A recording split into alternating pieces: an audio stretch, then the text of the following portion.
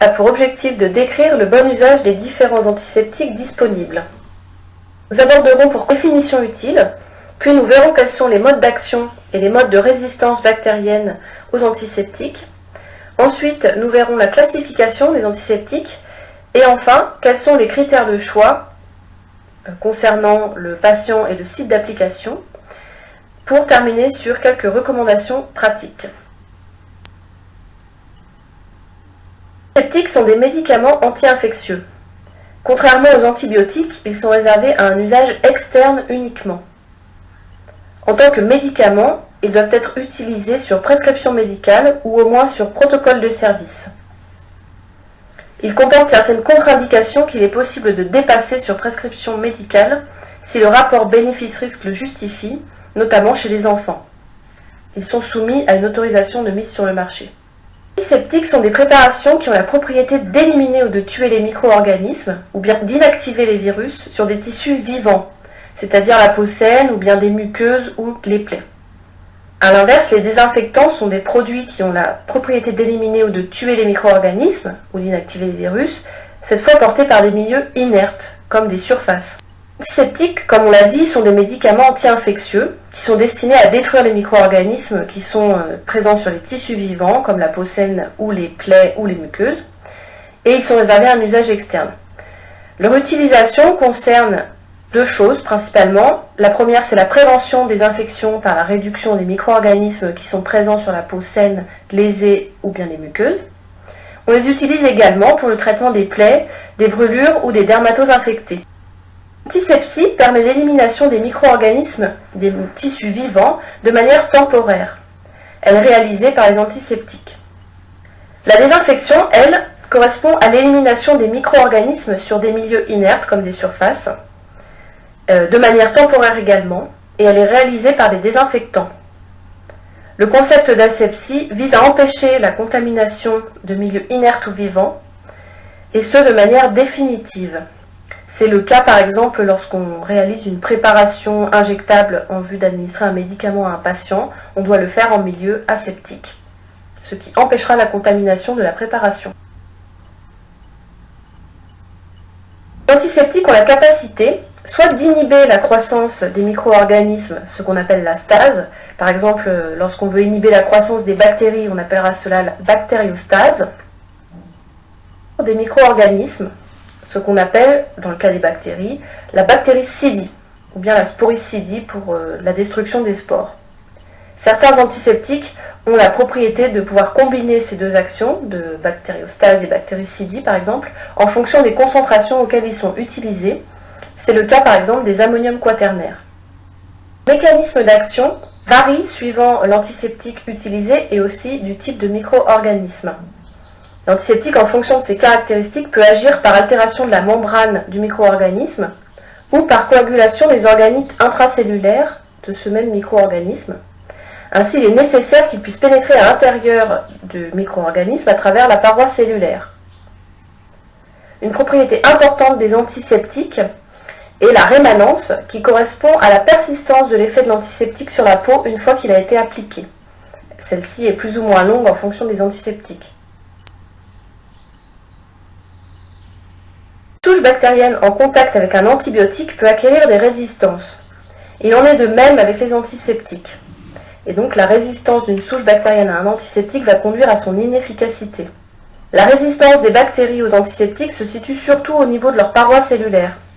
La résistance étant réalisée par l'altération des mécanismes de passage de l'antiseptique au travers de la membrane cellulaire. La résistance peut être intrinsèque aux micro-organismes, comme c'est le cas pour les antibiotiques. Certaines bactéries sont résistantes naturellement à certains antibiotiques. Et de même, on dit que le micro-organisme est naturellement résistant à l'antiseptique en question. Ou bien cette résistance est acquise suite à des modifications induites lors de la mise en présence de la bactérie avec des concentrations trop faibles d'antiseptiques. Ceci explique l'intérêt de bien utiliser les antiseptiques dans le respect de leur spectre d'action d'une part, et d'autre part d'utiliser la bonne concentration et la bonne durée d'application ou temps de contact pour éviter l'apparition de ce type de résistance. Classer les antiseptiques selon leur spectre d'activité, leurs indications, ou leur famille chimique. C'est ce que nous allons voir maintenant. L'antiseptique peut être plus ou moins actif sur différentes catégories de micro-organismes. Par exemple, sur les bactéries à parois gram-positifs, comme les staphylocoques, ou bien gram-négatifs, comme les bactéries Escherichia coli, ou bien les mycobactéries, et ces dernières ont une résistance particulièrement importante aux antiseptiques. Ensuite, l'antiseptique peut être actif sur les champignons, les spores, qui sont des formes de résistante présence dans l'environnement, et des virus qui sont enveloppés ou nus. Un exemple de virus enveloppé, c'est le virus de l'immunodéficience humaine ou le virus de l'hépatite C. Et les virus nus, qui sont encore plus résistants que les virus enveloppés, sont par exemple le virus de l'hépatite B, les entérovirus ou les rotavirus qui sont responsables de gastro-entérite chez les enfants. Les antiseptiques majeurs sont des antiseptiques bactéricides, c'est-à-dire qu'ils sont capables de détruire les micro-organismes de manière temporaire sur le tissu sur lequel on les a appliqués. Ils agissent de manière rapide et ils ont un large spectre. Ce sont par exemple les dérivés iodés, comme l'alcool iodé, la polyvidone iodée, ça c'est la gamme bétadine, les dérivés chlorés, représentés essentiellement par l'hypochlorite de sodium, dans le daquin ou la mucine, les biguanides, comme la chlorhexidine, présente dans l'ibitane, et les alcools, l'alcool à 70 degrés, l'alcool bleu pédiatrique par exemple, et l'alcool à 70 degrés modifié. Les antiseptiques intermédiaires et mineurs sont bactéricides ou bactériostatiques en fonction des concentrations auxquelles on les utilise, et ils ont un spectre étroit, c'est-à-dire qu'il faut bien choisir l'antiseptique en fonction des micro-organismes à éliminer. Ce sont les ammonium quaternaires, dans le sterlane ou le cétavlon, le triclocarban, dans le septivon, l'hexamidine, dans l'hexomédine, certains acides comme l'acide borique, salicylique ou lactique, des dérivés métalliques comme le nitrate d'argent, lequel on utilise en crayon pour les soins des bourgeons de cordon ombilical des nouveau-nés. On utilise aussi le sulfate de cuivre et enfin les peroxydes comme le permanganate de potassium. Certains antiseptiques sont à déconseiller, comme les organomercurés, autrefois présents dans le mercurochrome qui contenait des sels de mercure, et en réalité ils sont toxiques et ont des effets indésirables importants. De plus, lorsqu'on associe un organomercuriel avec un dérivé iodé, on s'expose à un risque de nécrose cutanée. Donc, par exemple, il y a toujours ce type d'antiseptique dans le dermachrome. Et enfin, les faux antiseptiques, c'est l'eau oxygénée, le peroxyde d'hydrogène, qui, à défaut d'avoir un effet antiseptique propre, a un effet hémostatique et un effet nettoyant. Il faut bien penser, après ouverture du flacon, qu'il ne se conserve plus que 8 jours. C'est le cas également des colorants, l'éosine ou la solution de Milian, qui ont un effet desséchant ou tannant, plus qu'un effet antiseptique. Il faut bien savoir que l'éosine en solution aqueuse est très sensible à la contamination microbienne et qu'il vaut mieux utiliser des unidoses que l'on jettera après chaque utilisation. Les dérivés iodés, on a tout d'abord l'alcool iodé, qui permet de réaliser l'antisepsie de la peau saine avant un acte chirurgical ou un acte médical. Par contre, il est irritant, donc on ne peut pas l'utiliser sur les muqueuses ou sur les plaies. Dans cette même famille, on a la gamme bien connue de la polyvidone iodée des bétadines, dont les indications sont le lavage chirurgical des mains, l'antisepsie de la peau saine pour laquelle on utilise la bétadine pure, le nettoyage des muqueuses ou des plaies souillées, et à ce moment-là on utilise la bétadine diluée, ou bien la préparation du champ opératoire par exemple. On n'utilise pas la polyvidone iodée en cas d'allergie, et on n'utilise pas non plus chez les nouveau-nés de moins d'1 mois. Ensuite, pour les enfants de moins de 30 mois, on l'utilise avec précaution, il faut bien rincer après l'application. De préférence, on l'utilise sur prescription médicale. Également, une précaution d'emploi en cas d'application répétée ou prolongée. On a un risque de dysfonctionnement thyroïdien du fait du passage d'iode présent dans la polyvidone iodée dans la circulation systémique. Et aussi chez la femme enceinte, on peut avoir un risque de passage transplacentaire de cet iode lors d'administrations répétées et prolongées. Il faut bien préciser que c'est l'allergie à la povidone qui contre-indique l'utilisation de la bétadine et non pas l'allergie à l'iode, contrairement aux idées reçues. La gamme bétadine, on trouve la bétadine scrub à 4% qui est dans un flacon rouge. C'est une solution moussante qui permet la détertion et l'antisepsie de la peau et des muqueuses saines ou lésées. Elle permet le lavage antiseptique et le lavage chirurgical des mains. On fait également la douche préopératoire avec ce produit et la détertion du champ opératoire. Ensuite, la bétadine dermique plus concentrée à 10% est une solution aqueuse qui est dans un flacon jaune. On réalise avec l'antisepsie de la peau lésée et des muqueuses.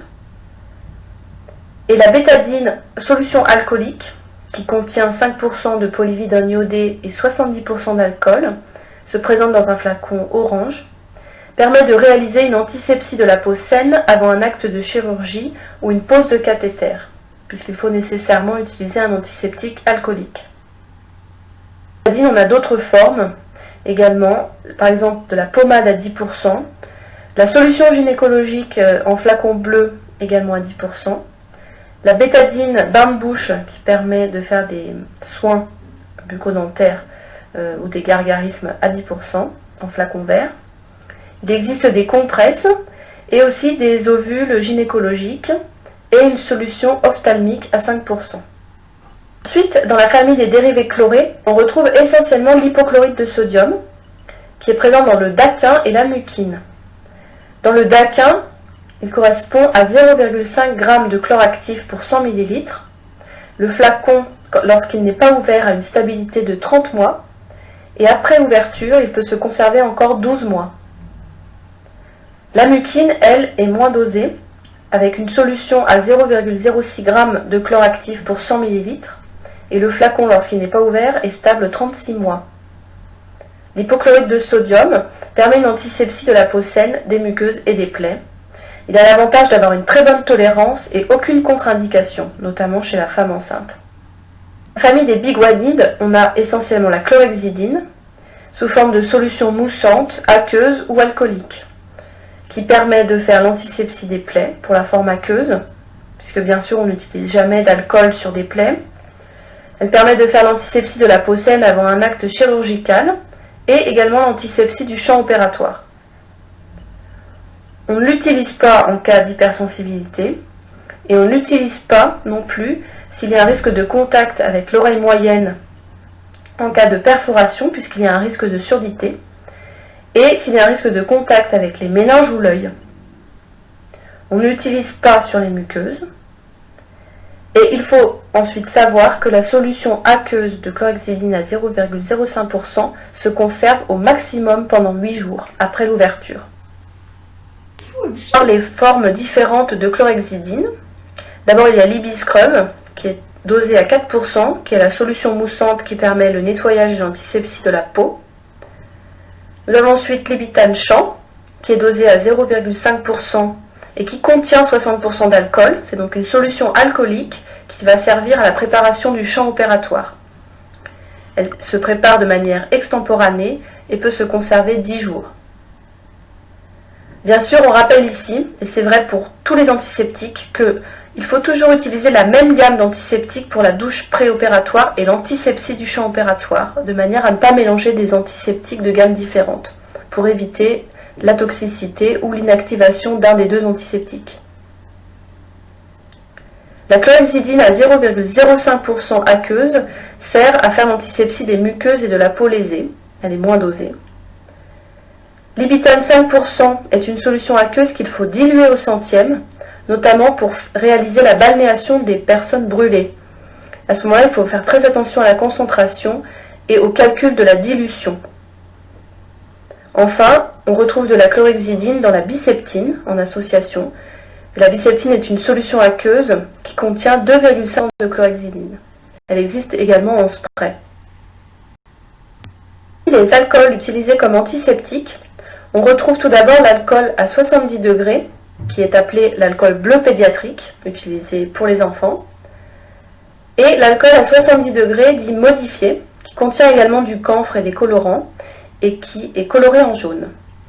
On l'utilise comme solvant avec d'autres antiseptiques puisqu'il permet de les potentialiser, c'est-à-dire d'augmenter leur effet antiseptique. On l'utilise pour l'antisepsie de la peau saine. Comme on l'a dit, on n'utilise pas d'alcool sur des peaux lésées ou des muqueuses.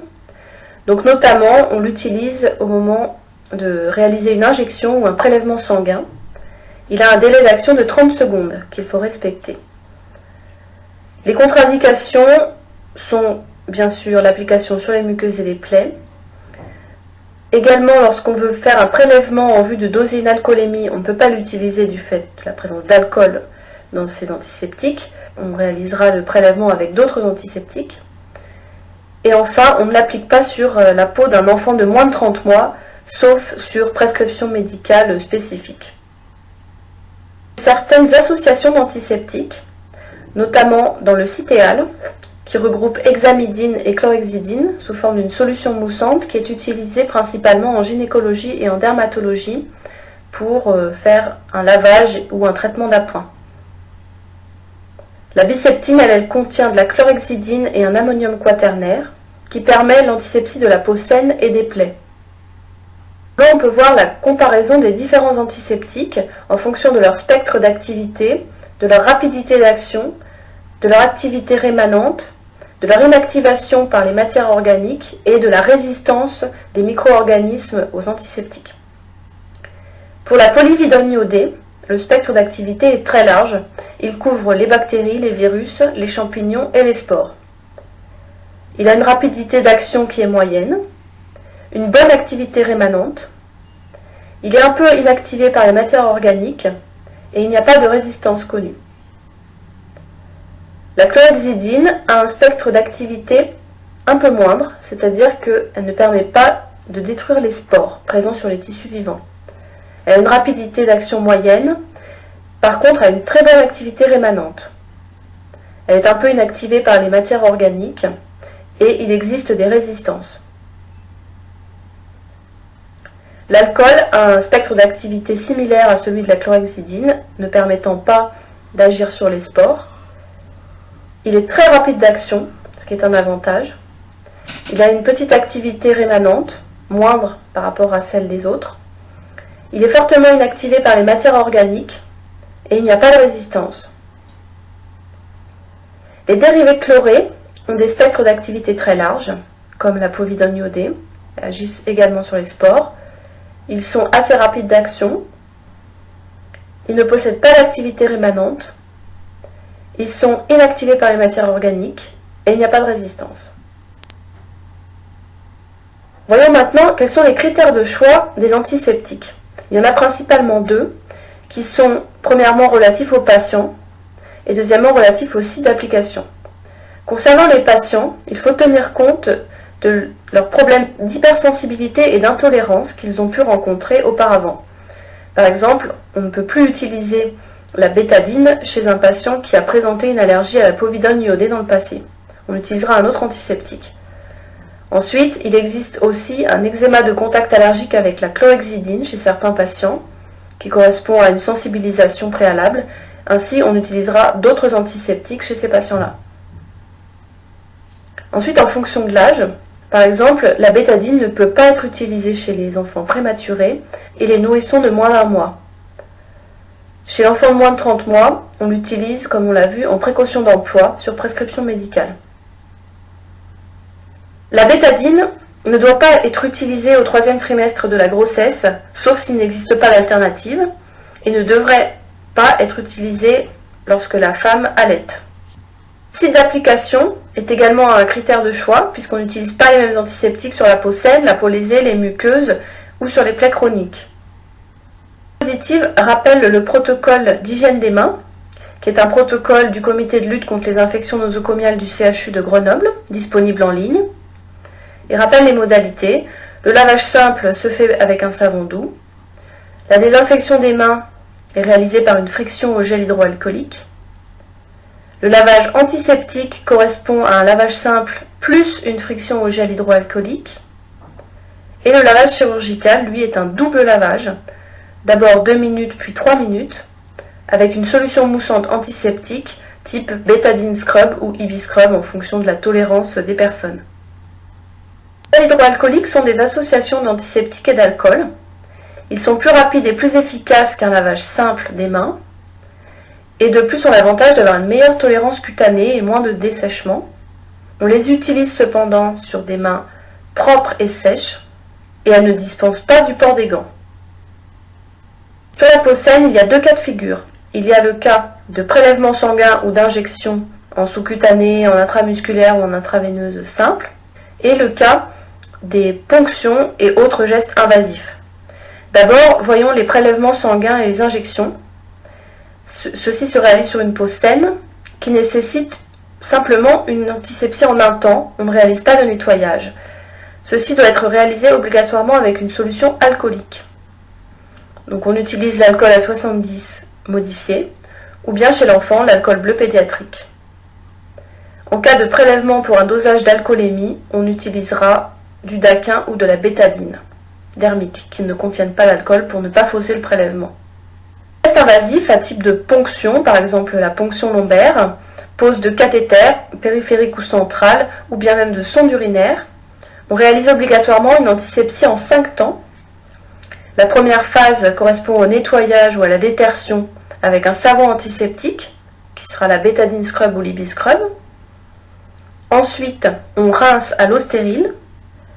Puis, on réalise un séchage soigneux afin d'éviter la dilution de l'antiseptique qu'on va appliquer ensuite. Cet antiseptique qu'on applique sera alcoolique, soit la bétadine alcoolique, soit la chlorhexidine alcoolique, et il faudra bien utiliser un antiseptique de la même famille que le savon antiseptique utilisé précédemment, afin d'éviter les problèmes de toxicité ou d'inactivation. Enfin, il faudra bien respecter le temps de séchage qui correspond au temps d'action de l'antiseptique. On peut utiliser la méthode de l'escargot pour réaliser l'application de l'antiseptique qui a été prouvée comme étant la meilleure méthode. Et on préférera une prescription médicale ou un protocole écrit. L'application d'antiseptique sur une peau lésée nécessite une surveillance étroite. Et comme on n'applique pas d'alcool en raison du risque d'irritation ou de douleur, on choisira un antiseptique aqueux. Si la plaie est souillée, au préalable, il faudra réaliser un nettoyage avec une solution moussante, bétadine scrub ou ibiscrub, qui sera ensuite rincée par de l'eau stérile, avant d'appliquer l'antiseptique, qui sera de la bétadine dermique, du daquin ou de l'ibitane, qui contient de la chlorhexidine, à 5%.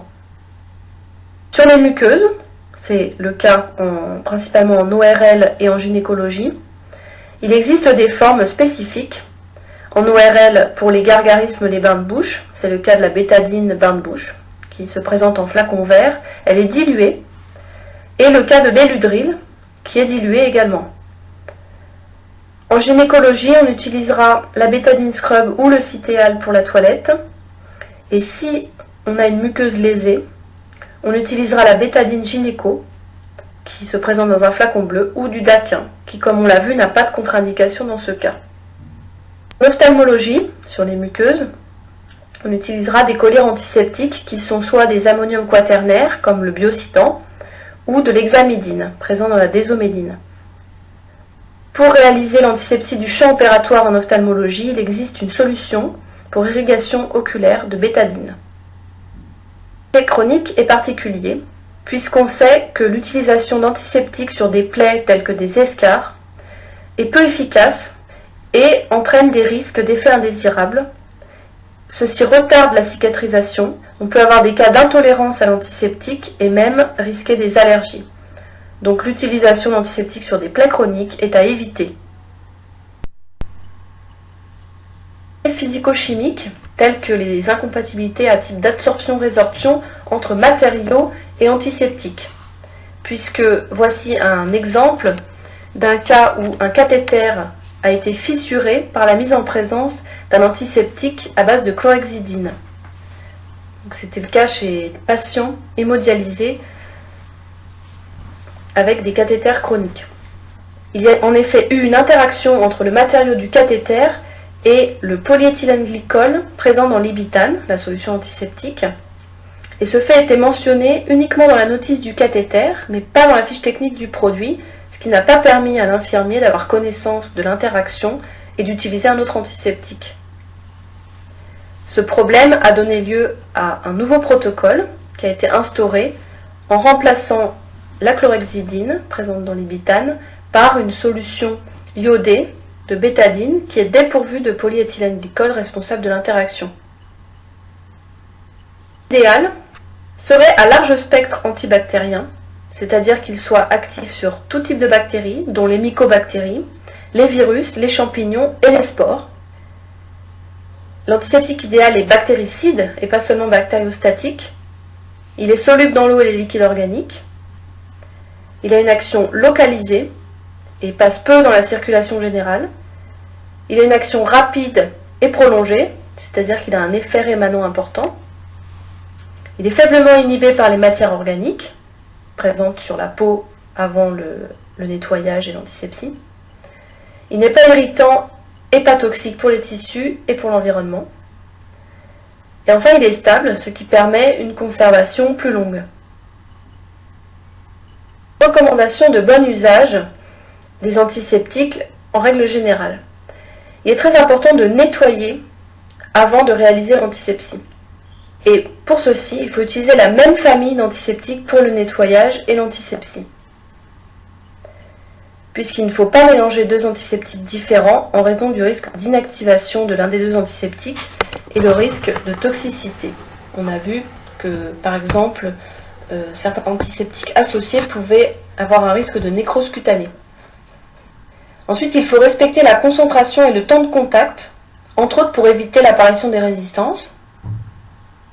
Et bien sûr, il faut surveiller la tolérance locale puisqu'il peut y avoir des irritations, un dessèchement de la peau, un érythème.